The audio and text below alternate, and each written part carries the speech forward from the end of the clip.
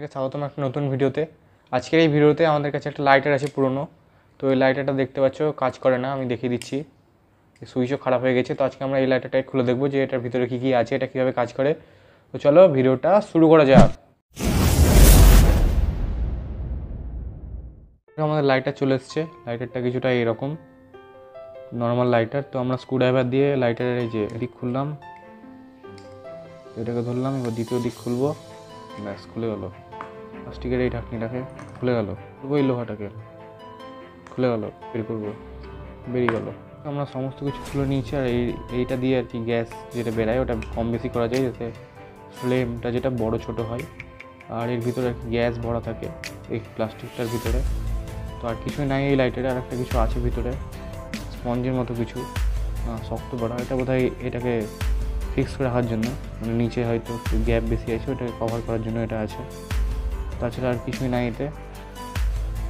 এটাই ছিল আমাদের লাইটার। যখন শুধু আর কি এই সুইচটা দিয়ে আমি চালাচ্ছি, তখন আপনারা দেখবেন স্পার্কটা কিন্তু তার ভেদ করে বেরিয়ে আসছে, মানে তারটা কিন্তু ফাটা আছে।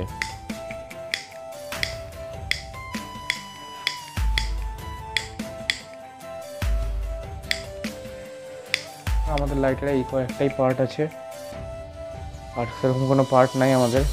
1 2 3 4 5 6 6টাকে আবার আমরা লাগিয়ে দিচ্ছি আগের মতো। যে সব থেকে প্রথমে আমরা এটাকে লাগাবো, এর ভিতরে প্লাস্টিকটাকে ভরবো, তারপরে এটাকে ভরে দেবো এভাবে, তারপরে এই যে লোহাটাকে ভরবো, তারপরে এই যে সুইচ, তারপরে এই যে এই ফ্রেমটাকে লাগিয়ে দেবো। ব্যাস আমাদের লাইটার এখানে লেগে গেল।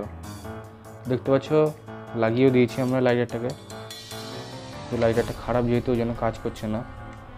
ধরো আজকে আমাদের ভিডিওটা এতটুকুই থাকলো। আবার দেখা যাচ্ছে পরের কোনো ভিডিওতে অন্য কোনো টপিক নিয়ে।